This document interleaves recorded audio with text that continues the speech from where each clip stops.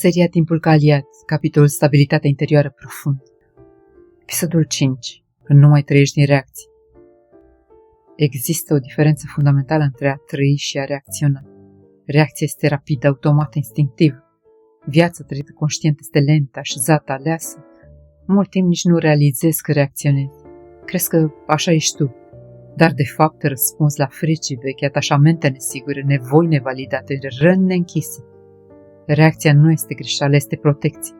Problema apare când devine stil de viață, când fiecare critică te destabilizează, când fiecare tăcere te activează, când fiecare diferență te provoacă, când fiecare conflict devine amenințare.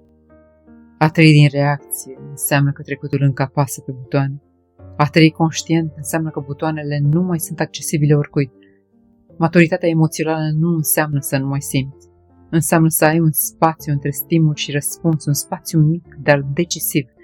În acel spațiu apare libertate. Libertatea de a alege tonul. Libertatea de a alege dacă rămâi sau pleci. Libertatea de a alege dacă explici sau taci. Libertatea de a alege dacă iei personal sau înțelegi contextul.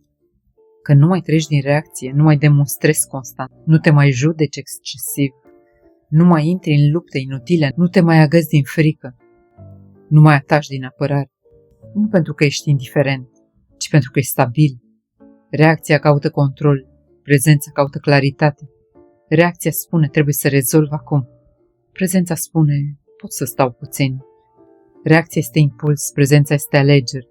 Și acest spațiu dintre impuls și alegere este de fapt maturitate. Un om care nu mai trece din reacție nu este rece, este reglat, nu este distant, este centrat, nu este lipsit de emoții, este ancorat în sine. Poate simți furie, dar nu o aruncă. Poate simți tristețe, dar nu o dramatizează. Poate simți frică, dar nu o proiectează. Și în acel moment apare ceva extraordinar de liniștitor. Nu mai ești împins de viață, o conduci conștient. Poate că nu vei controla tot, dar nu vei mai fi controlat de reflexe vechi. Și asta schimbă tot, pentru că maturitatea nu este despre a deveni alt om. Este despre a deveni un om care nu mai reacționează din ran, ci răspunde din stabilitate.